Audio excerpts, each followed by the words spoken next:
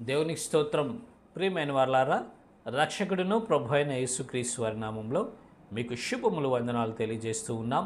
దేవుడు మిమ్మలను, మీ బిడ్డలను, మీ కుటుంబములను దీవించి ఆశీర్వదించునుగాక. ఆమేన్. God bless you. దేవునికి స్తోత్రం. హల్లెలూయా.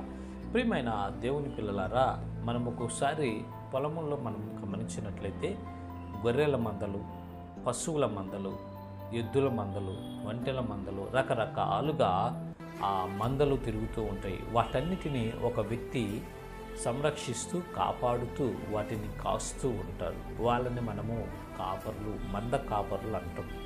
గొర్రెలు కాసేవాడిని గొర్రెల కాపరి అంటాము, మేకలు కాసేవాడిని మేకల కాపరి, ఎద్దులను కాసేవాడిని ఎద్దుల కాపరి అంటారు.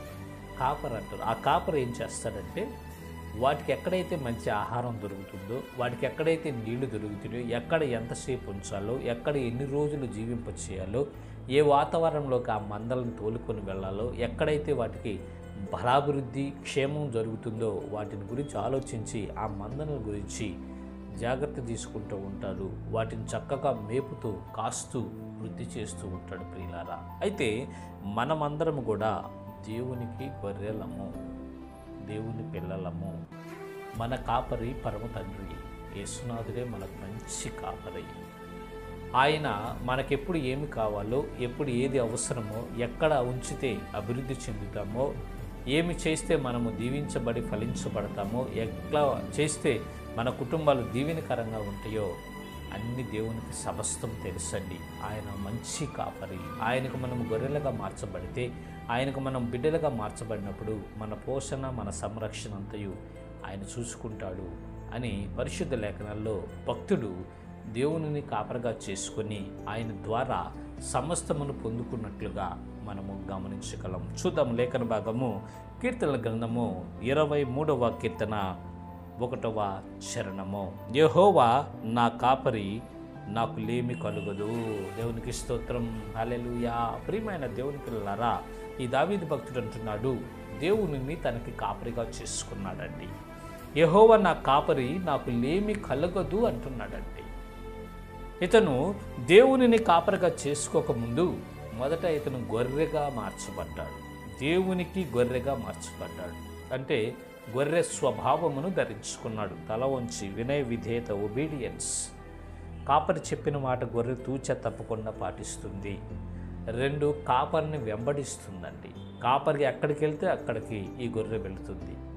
కాపరి ఏం చెప్తే అది చేస్తుంది, ఎలా చేయమంటే అలా చేస్తుంది. కాపరి మాట తూచ తప్పకుండా పాటించేదే గొర్రె.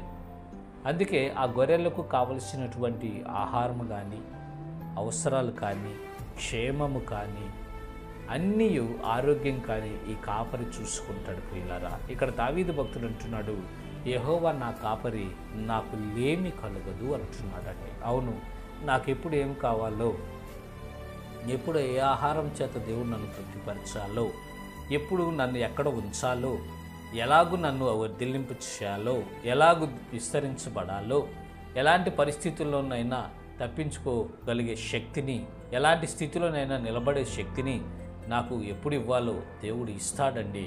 దేవుడు నా కాపరి కాబట్టి నాకు లేమే లేదు అని భక్తుడు సాక్ష్యం ఇస్తున్నాడు. ప్రియులారా, ప్రియమైన దేవుని పిల్లలారా, ఈనాడు నీవు నేను మనము దేవునిని కాపరిగా చేసుకోగలిగితే, దేవునిని కాపరిగా చేసుకోగలిగితే, దేవునిని కాపరిగా చేసుకోగలిగితే మనకి లేమనేదే లేదండి. మనకి లేమనేదే లేదండి. మనకి లేమనేదే లేదండి.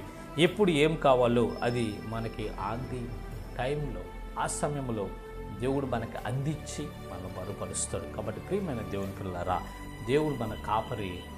ఆయన మనకు కావాల్సిన ఏర్పాటు చేస్తాడు, మనల్ని సంరక్షిస్తాడు, పోషిస్తాడు, నడిపిస్తాడు, మంచి మార్గంలో మనల్ని నిలబెట్టి నిత్య జీవాన్నిచ్చి సమృద్ధి జీవంతో నింపుతాడు. కాబట్టి మనమందరము దేవునికి పిల్లలుగా మార్చబడదాము. ఆయనను కాపరిగా ఒప్పుకొని ఆయన హస్తాల్లో ఉండి ఆయన చేత దీవించబడదాం. ఇటు కృప దేవుడు మనందరికీ కలుగు చేయనుగాక. ఆమేన్. God bless you. దేవుని స్తోత్రం. హల్లెలూయా.